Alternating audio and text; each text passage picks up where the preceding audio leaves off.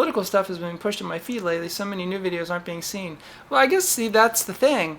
I did a very necessary video. It wasn't even political. I don't consider it to be political because it was about me personally, about the laws and directives that are aimed at people like myself.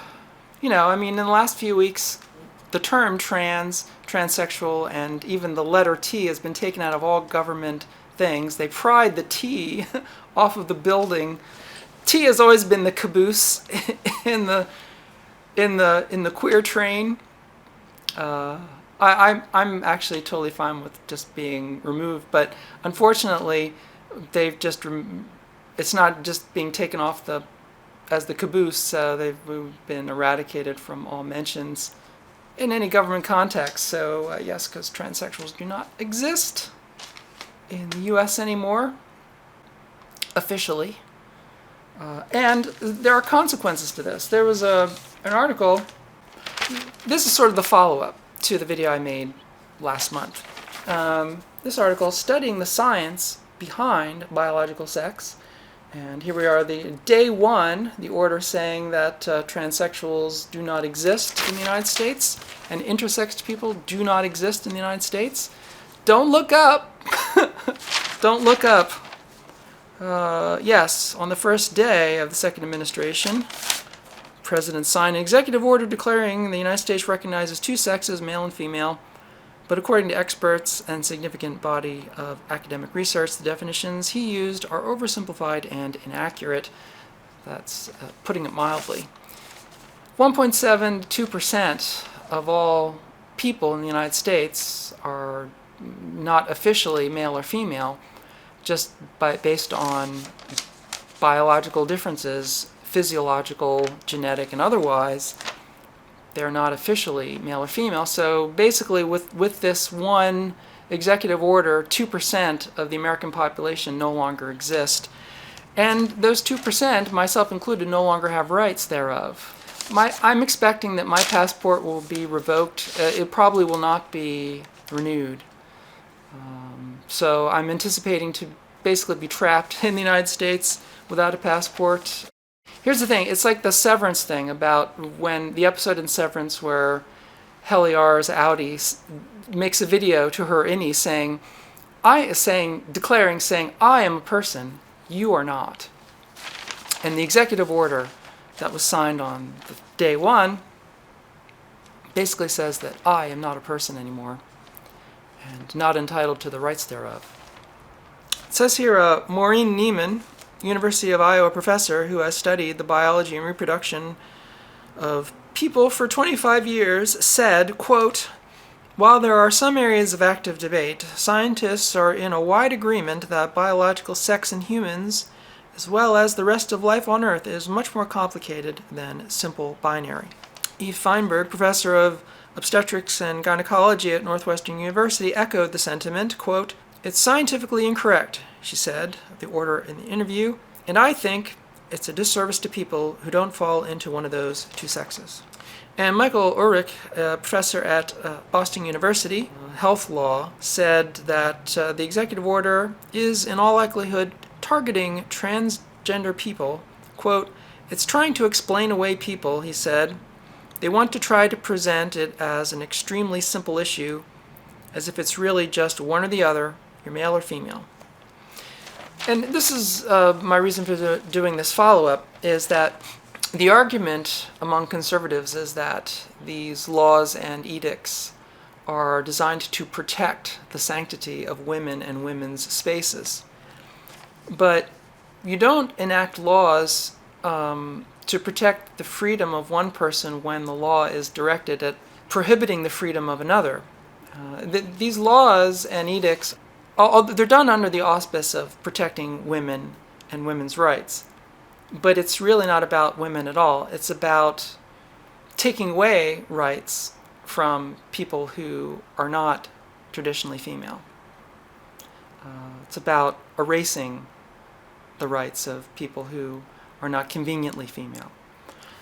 Case in point of this is backlash has already begun. This is an article, it's published in The Advocate. So this is in the queer news. You're not going to get this in your local paper. But cops burst into a women's restroom to remove butch lesbian, accusing her of being a man. Kalea Morton, 19 years old, of Phoenix, Arizona, was in a Tucson, Arizona Walmart last month, harassed by cops in the women's restroom. 2 male cops burst into the women's restroom in a Walmart. They were flashing lights at our feet and saying, "You've got to get out of there. You have to come out. We need to talk to you." This woman, she was in the bathroom with her girlfriend. They were in adjacent stalls, and the cops burst in. She says that she believes a store employee had been eyeing her early and reported her to the cops, believing she was a man. She said to The Advocate, "There is no bathroom law in the state of Arizona, yet the cops intervened anyway." This is what I'm talking about when I talked about Florida, that I can't go to Florida because they have the bathroom law. People are like, "Oh, Fran, you're making too big a deal. That's just government buildings, so, don't go to the state capitol, and, hey, that's your problem." So no. When a state gets a law, even when there's no law, as happens in Arizona, people in authority just take it upon themselves to enforce the idea that only feminine traditional women should be using the women's bathroom, that everyone else has to use the men's room. So if you're not attractive, you got to use the men's room. If you're a little too butch, you got to use the men's room. Don't take any chances. The women's room is for attractive, sexually attractive women only. It's for trad women, but not sexually attractive transsexual women. You got to use the men's room. And lesbians have to use the men's room. Dear ladies, who will protect your virtues if not your honorable, brave men? Who will protect you from the lesbians in the bathroom? So yes, it's dictating who cannot participate. It's not about protecting people. It's about ejecting people. It's about keeping people out of these spaces. It's not about protecting anyone. It's about exclusion. So so there's no bathroom law in Arizona, yet here come the cops. They came in here in the girls' restroom because I'm a girl and they didn't think I was a girl, so they tried to come take me away, Morton said. She videotaped the whole thing and posted it on social media, of course, and but yeah, this apparently was a long, drawn-out thing. It wasn't that they wouldn't even accept her, that she was a female, because she just looked too manlish. This is what I'm talking about. An actual woman is on the verge of being arrested because they just don't believe she's a woman because she just looks too mannish. And that's really what these laws and edicts are all about. It's about getting rid of people that don't look right. The incident comes amid growing hostility towards transgender Americans on the political right. Republicans, including the president, have framed laws restricting transgender women's and girls' access to public facilities like bathrooms and locker rooms as efforts to protect cisgender women and girls, but critics have long argued that such restrictions will, in fact, inevitably lead to greater policing of all women's gender presentation and invasive, potentially dangerous confrontations, like the one Morton says that she endured. Well, she had a video. She doesn't have to prove it. It's on video. But that's exactly my point. That's worded very well. The policing of all women's gender presentation. That's really what this is about. Policing of gender presentation. And to put even a harsher spin on it, the criminalization of female presentation without the right papers. Because in Texas, this was KXAN in Texas, from Austin, a bill filed in the Texas House of Representatives this week threatens to charge transgender Texans with a crime of identifying with a gender that differs from the sex assigned to them at birth. So this does not take into consideration surgical changes, intersex people who are born ambiguous and assigned one gender or another, even though they don't have any biology to, that even aligns with that. They got to pick a binary. HB 3817, Texas state bill, would make it a state jail felony for a person to identify, in quotes, to a state agency or a private employer their biological sex as being opposite of the biological sex assigned to them at birth, regardless of surgery or anything else. Although people in the state legislature in Texas are saying, well, the idea that this bill could pass is probably low. It's probably got a low chance of passing. Well, I hope that's true, but the fact that bills like this are being proposed, believe me, the administration, the president, is looking very closely at stuff like this. This is the kind of thing that people in federal government definitely want to try and pass. The criminalization of people who are sexually ambiguous, sexually changed. It's because ultimately it isn't satisfying enough just to marginalize people who don't fall into neat categories. At some point, the thrill is gone, and you have to criminalize it. Once you marginalize a group, you're not able to mess around with them anymore. You've done the messing around, but it's not satisfying. So you got to take it to the next level. You got to criminalize those people, so you can round them up and put them in jail and really get them out of the way, and then really make their life miserable, because you want to get them in the institutions you can control to continue to punish them and make a public spectacle out of it, because they've already marginalized me and those like me. They're probably going to take away all of our passports. They take away our bathroom privileges, take away our hall pass. And so once you've done all that, the yayas are done. And it gets stale really fast, so then you got to amp it up. Well, we still have these people, we marginalize them, but it's just not enough. We're not getting people outraged enough, so we got to criminalize it. We got to make it the next logical step. I hope that the Texas bill doesn't pass, but even if it doesn't, the behavior of people in states where they have this mindset creates an atmosphere where, like in Arizona, they don't have a bathroom law, but the cops are enforcing a bathroom law as if they had one, going into bathrooms and harassing women who don't look womanly enough. Going back to this article about the argument about biological sexes, we're going back to Maureen Niemann from the University of Iowa, goes on to say, while these cases are in the minority, saying that people who are considered intersex, meaning that their sex characteristics do not fit the male-female sex binary, it's like 1.72% of the population in some form physiologically intersexed. But we can find real exceptions in real people to whatever rule that you might want to apply to define sex, whether it be sex chromosomes, the size of reproductive cells, hormone levels, internal organs, or genitals.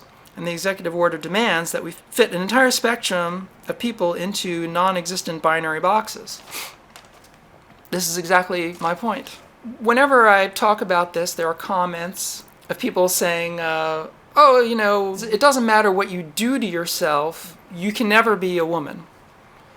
Well, I don't think that I've ever publicly claimed to be a woman, but definitely not a man, so if there are only two, you got to pick one, right? So this is the thing. People who criticize me because I made a video about being trans, if I'm meeting you in the store or you're waiting on me at the restaurant, when you come up to me or we have a conversation, are you calling me sir and mister? Is that your reaction? Do you desperately, your first impression of me is that you want to call me sir? Do you at first glance consider me to be just a regular dude? Or is your first impression of me that I am really just a pathetically mutilated man who can't face their manliness? What's the first impression? This is what we're talking about, And then the very next thing that the conservative person's going to say is, well, you're entrapping people by doing everything you can to fool them into thinking that you're something you're not. Which is like, well, I can't be anything but what I am. What you, Mr. Conservative, can't fathom is that the way that you perceive me, your first impression of me is not that I'm a guy, and you're having a hard time with that. So you have to justify it by saying that I've tricked you into thinking that I'm not a guy, putting the blame on me for being Fran. What else can I do? This is how I look. This is how I talk. Basically, they're demanding that I grow a beard and talk manly, and I mean, I'm already wearing guys' clothes. I'm wearing Converse All-Stars, Lee 5-pocket jeans, unisex t-shirt. I'm wearing like men's glasses. I get criticism. They said, "Oh, you know, you're wearing your hair in ponytails. You shouldn't be doing that." Well, I guess I should have short hair, right? I guess I should have like a buzz cut, and I guess I should look butch, but then I would just look like a dyke. If I went with the buzz cut, would you still call me sir? They desperately want to see a man in me. They want to hear the guy in my voice or whatever. They desperately want to just shove me in that box. It's like, well, I'm not in that box, dude. I've never been in that box. You know, my childhood is completely all about not being in that box. My hellish childhood of not being in that box. And so, you know, when I was a teenager, I was just gradually allowing myself to be more myself at great social consequence. Those years of like being neither this nor that were very difficult. My dad would not allow me to do my hair in any feminine way, and he wouldn't let me present myself in any kind of feminine way. My dad was very, very against all that growing up. I had to fight my family, and you know, I mean, but by the time I was 17, 18, I was not, I did not look very male anymore.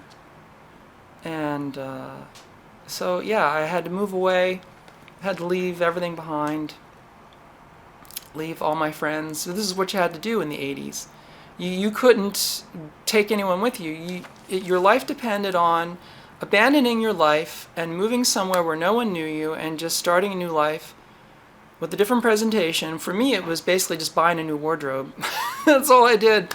I bought a new wardrobe, I moved out of town, and I just started working and living as me. Such a dramatic story, but that's really all there is to it. There was, you know, the time I had to quit a job that I liked because a guy that came in to work for the company knew me in my old life, and I had to leave because in those days, well, here is, I'm saying in those days, like today, there were no protections for trans people. In those days, the days that I thought would not come back, if your employer found out you were trans, you could be fired without any recourse. If your landlord found out you were trans, they could evict you, like call the sheriff's department and put you out on your ass. If people in your town found out you were trans, they could call the cops and have you arrested because it was considered female impersonation, and you could do jail time. You know, hence the fraud of the Texas bill, the idea of, you know, what is old is new again. It's like it's 1987 all over again for me, full circle. You know, all the decades I was hoping that trans people, the most marginalized, rarest people on the planet, I could have never imagined in my 20s that trans people would ever get rights or even approach something, even approaching public acceptance. It almost happened, almost. But the full backlash is a complete revocation of rights, revocation of protections. And I think the next step, obviously the Texas bill is just the shot across the bow, but the next step for the administration, obviously, criminalization. Finding ways to round up all the people that don't fit in the boxes and just put them away somewhere. And people on the right are going to be like, oh, look at you, doom-mongering. You just don't like being trolled. You just don't like being trolled. Yeah, I don't like being trolled all the way to jail. And sitting in a jail, so, oh, you're just being trolled. Yeah, you just, yeah, you know, it's your fault. Your fault, you know, you did it to yourself. You could have just taken what you were assigned at birth and just, hey, you could have manned up. But yeah, so this is where we're at. The American Society for Reproductive Medicine, the ASRM, in a fact sheet released this month points out that it is not uncommon for individuals to have atypical combinations of chromosomes, such as those with Klinefelter syndrome. I talked about all this last month in that video that went viral. Turner syndrome, I pointed out super males, super females. I had a whole list of genetic variations in sex chromosomes that I wrangled off in that list. And they talk about XXY, XYY, super males, super females, and others that occur. An estimated 1 in 1,500 to 1 in 2,000 live births, the ASMR said. So yes, this is everything that I mentioned in that previous thing. Such natural variation, which is neither a disease nor a disorder requiring medical intervention, illustrates the complexity of biological sex. And people would want to say, it's just science, XXXY, male, female, it's just science. The entire natural world is just male and female. Well, it's not, because biological differences in all species that reproduce sexually create variations all the time. And in other species, individuals that have a genetic variation that makes them sterile, or where they don't produce eggs or they don't produce sperm, they don't have offspring. And that individual, whatever that individual is, just lives out their life and then just doesn't reproduce.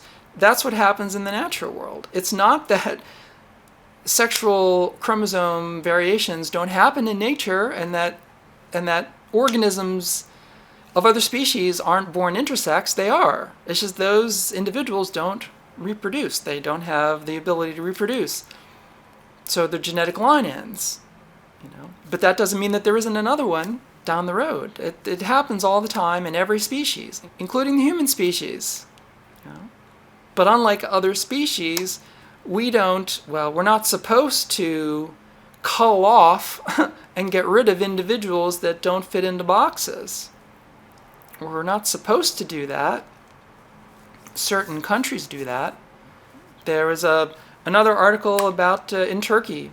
They have a new spat of anti-trans laws. Again, to do what they really want to do here, which is to round them all up and get rid of them. That's the next step. They would love so much to just round us all up, put us into train-like vehicles, put them in caged-in like places. I don't know what you would call these places. You call it some nice name, but it would basically just be a concentration camp for those who are not in the boxes. And apparently, round up all the bull dykes too, because apparently they're unwittingly now on the list. Anyone not attractive enough to use the women's bathroom. So if you happen to be a not particularly attractive girl, you gotta watch your ass using the women's bathroom. You could get arrested. Yep. You gotta have papers to show that you actually are who you say you are. And the papers aren't good enough. So yes, this is where we are. Yeah. This is where we are. In the lab. It's where I work. In the lab. Go berserk. In my lab. It's where I work.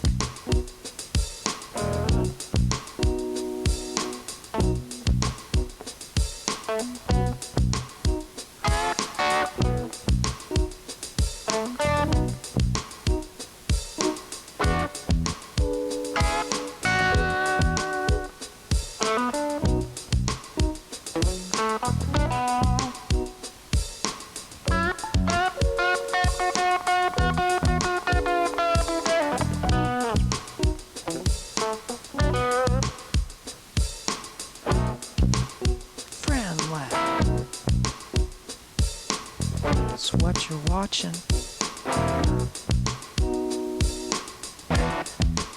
Friend lab. It's what I'm doing. Working at the bench again.